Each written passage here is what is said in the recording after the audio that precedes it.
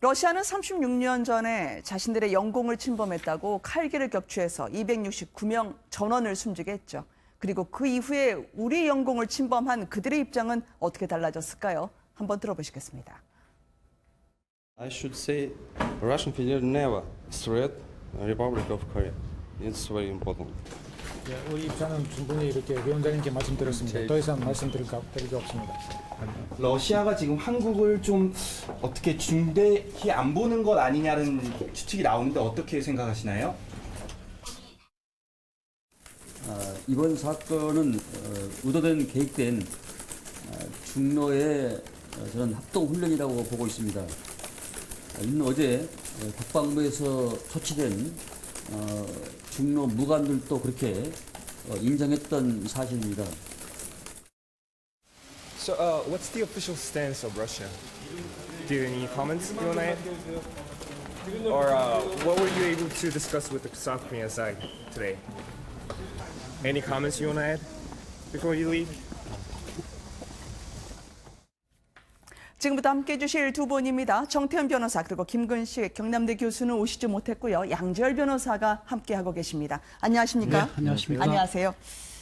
지금 우리나라에서요 간첩이 잡혔다라고 하면 80년대인가 90년대인가 하실 분이 적지 않을 것 같은데요. 실제로 북한에서 직파한 간첩이 적발됐다고 합니다. 양지열 변호사님 어떤 사람인가요? 일단 40대 남성으로 알려져 있고 처음 우리나라에 온 것은 아니었다고 합니다. 그런데 한번 머물렀다가 또 출국을 해서 2017년도에 다시 이제 신분을 세탁해서 들어와서 올 6월 정도까지 활동을 하고 있었다고 하네요. 근데 이제 수사기관에서는 일찍 검거는 했었는데 그동안에 이 사실을 좀 알리지 않고 있다가 이제 검찰에 송치되면서 이 사실이 알려졌는데 놀라운 것은 뭐 간첩이라고 하면 사실 말씀하신 것처럼 요즘도 간첩이 있나 싶겠지만 그러니까요. 2010년도에 황장엽 당시 이제 노동당 비서 전 노동당 비서를 암살하게 내렸던 두 사람 이후 9년 만에 직접적으로 그러니까 대남 총국에서 보낸 정찰 총국이죠. 정찰 총국 소속의 직파 간첩이 잡혔다고 합니다. 네.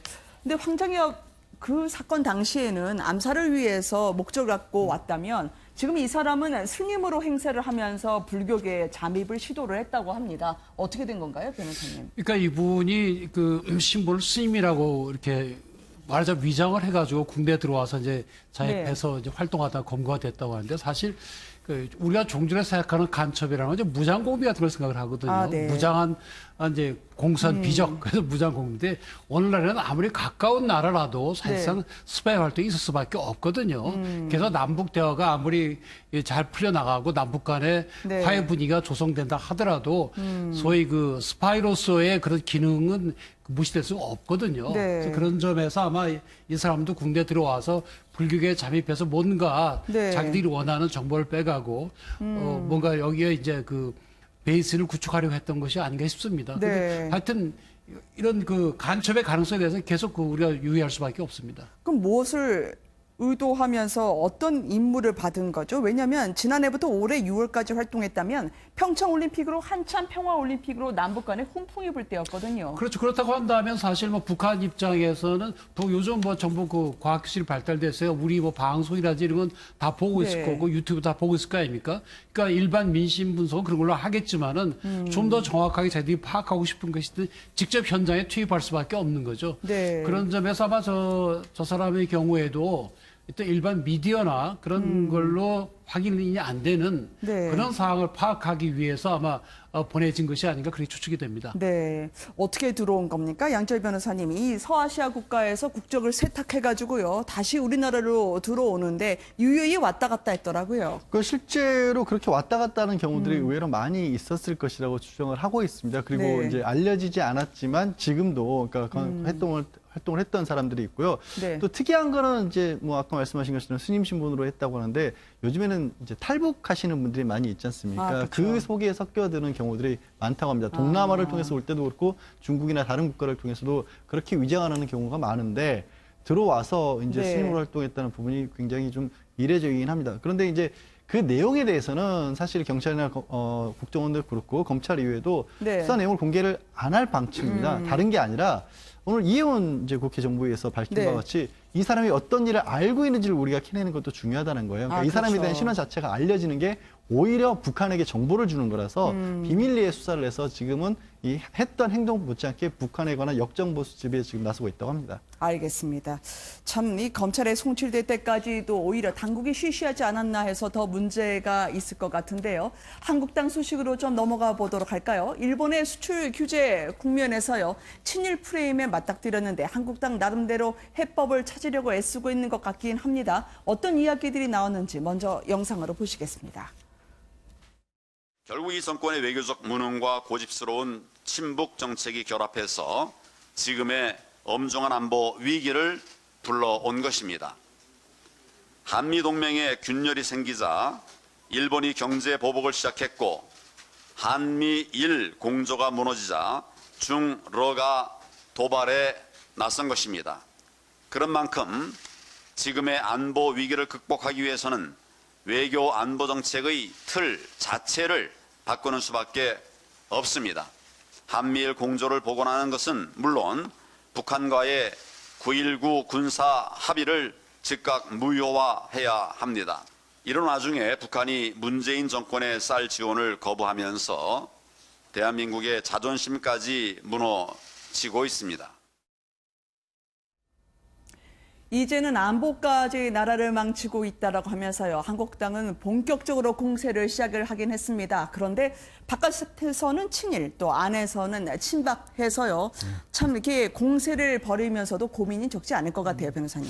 사실 친일 프레임이라는 것은 이제 공세가 있다라고 한국당이 주장을 하지만 또 그 연유를 따져보게 되면 이제 일본이 비정상적인 아베 총리의 어떤 경제 보복이라는 부분들을 놓고 봤을 때 국민들이 봤을 때는 아베가 정치적인 목적 때문에 잘못된 행동이 맞는데 그럼 그걸 타개해 나가는 방법을 찾는 데 있어서 뭐 한국 정부에 대해서 여권에 대해서 공격하는 건 좋지만 일본 탓을 먼저 하기 전에 우리 정부 탓을 먼저 많이 하다 보니까 아니 지금 상황은 꼭 그렇게 해야 될 상황이 아니자라고 해서 일본 도와주자는 얘기를 들을 수 있는 그런 상황이었거든요. 그래서 그게 아니다라는 쪽에 어떤 것을 취하려고 많이 애를 쓰고 있는 와중에 그 반면에 이제 그러니까 일본에 대해서 외교적으로 풀어나가자는 얘기를 주로 많이 하지 않습니까? 근데 또 당장 민경욱 대변인이 이 친일의 어떤 프레임 같은 것을 깨려고 생각을 하셨던 건지 또 그 일본 대사관 앞에 가서 굉장히 심한 말씀을 하셨어요. 그러니까 이게 어떻게 보면은 당이 그러면 여태까지 감정적으로 나서지 말자 그랬다가 당 대변인이 나가서 또 거의 어떤 뭐 험한 말을 이렇게 하는 걸 보면 그럼 이게 자유한국당의 입장이 도대체 뭔가라는 그런 생각을 하게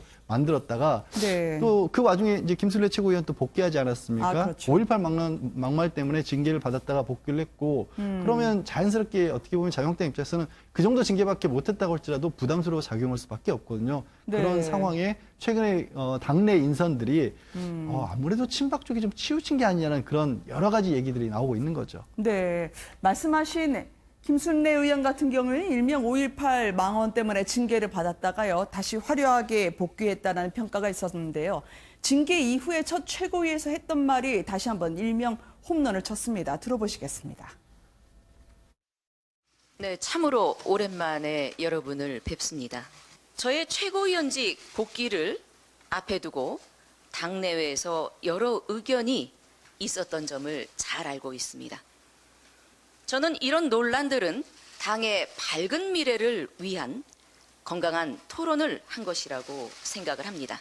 황교안 대표님을 중심으로 요즘과 같은 엄중한 시기에 보수 우파의 중심에 자유한국당이 우뚝 섰는데 제 한 몸을 던져 일조할 것을 이 자리에서 약속드립니다.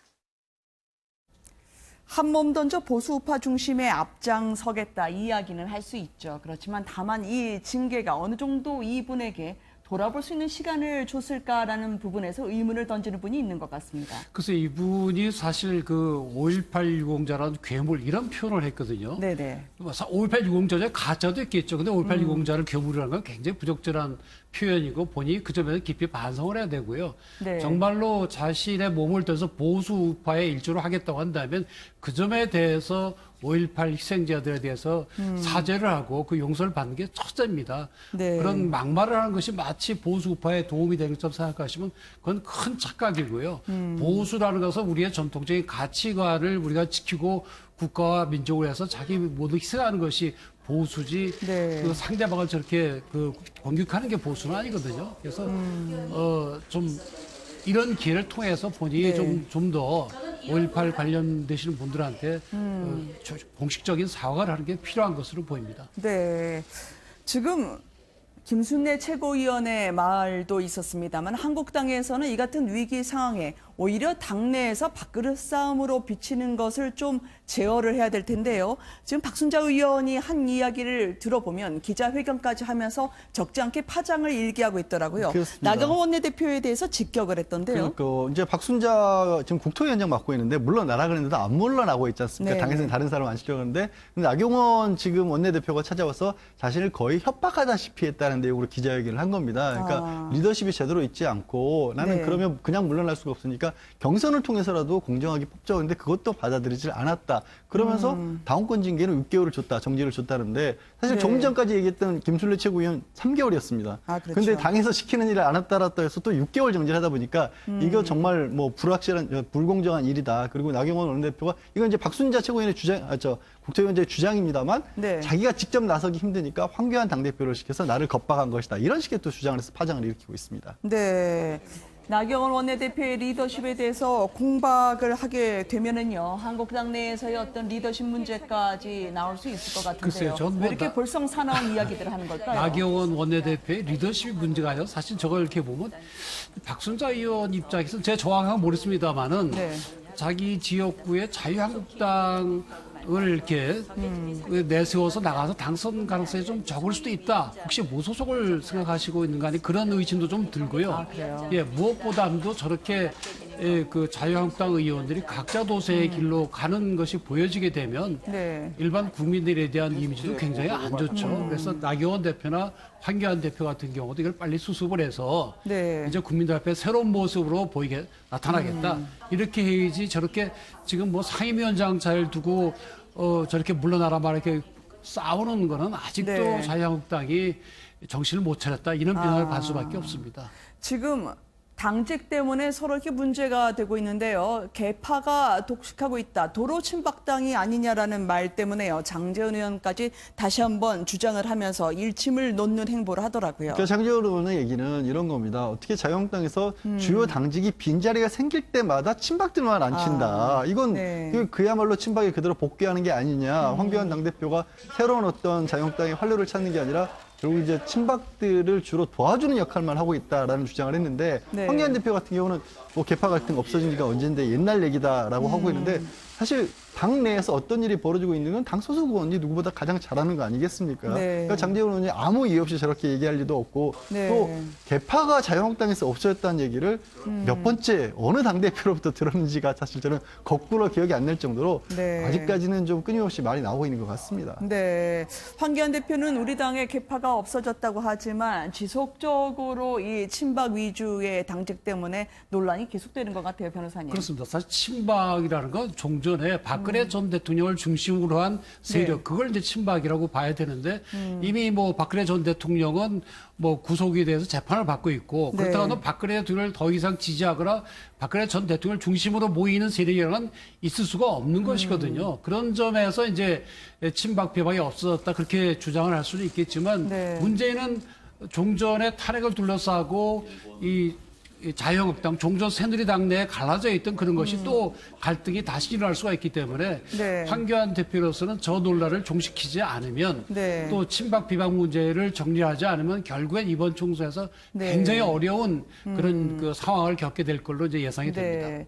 개파는 없다고 하고요. 그렇지만 어떻게든 당은 키워야 되고요. 우리 공화당과의 선거 연대는 부인을 했지만 계속 모락모락 설은 피어나오고 있습니다. 우리 공화당의 무시 못할 존재감도 더더욱 한국당을 의식하지 않을까 싶거든요. 사실 우리 공화당이 현재의 의원수로 본다라면 그렇게 뭐 크진 않은데 네. 문제는 어떻게 쟁점, 접점 지역 같은 경우 또 전통적인 지지층을 차지하고 있는 그런 곳에서는 우리 공화당의 지지율이 꽤 높고 지난번 이제 재보궐선거 때도 좀 드러났다시피 아주 작은 표 차이로도 또 잃고 질 수가 얻을 수 있는 게 선거 아니겠습니까? 그렇죠. 그러다 보니까 이제 우리 공화당을 뭐 공천 연합을 한다 이런 얘기가 나왔었는데 만난 사실 자체는 또 인정을 했어요. 네. 근데 문제는 뭐 자유한국당에서는 이걸 여러 스펙트럼을 넓힌다라고 할 수 있겠지만 아시다시피 우리 공화당이야말로 지금 친박이라고 하는 쪽보다 더 강경하게 어떻게 보면 박근혜 전 대통령을 지지하는 쪽 아니겠습니까? 그럼 그렇죠. 자연스럽게 그 반대되는 쪽하고는 이게 같이 함께하기가 어렵단 말이에요.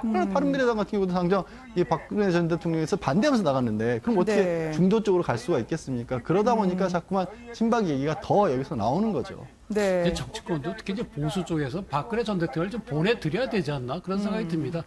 더 이상 박근혜 대통령한테 자꾸 매달리지 말고요. 네. 보수 정당이면 보수의 가치를 실현하는 그런 정당으로 다시 살아나야지. 네. 항상 이 박근혜 전 대통령 무슨 왕처럼 모시는 그런 생각이 있다고 한다면 또다시 참패하려고 할 수밖에 없거든요. 근데 홍문종 대표 오늘 인터뷰 보면 이번 선거는 자유한국당과 같이 치른다고 이현주 의원이라는 공통분모도 보유하고 있는 것처럼 얘기하던데요. 그러니까 보수적인 가치를 같이 한다면 뭐 선거할 때 서로 뭐 연합이지 그런 걸 생각해 볼 수도 있겠지만 네. 기본적으로 사실 박근혜 전 대통령에 대해서 이미 국민이 심판을 한 셈이거든요. 그렇다고 한다면 박근혜 대통령을 앞세워서 또다시 정치적인 그런 그 행동을 하는 것은 네. 국민들에게 참 납득이 잘 안 될 걸로 그렇게 예상이 됩니다. 알겠습니다.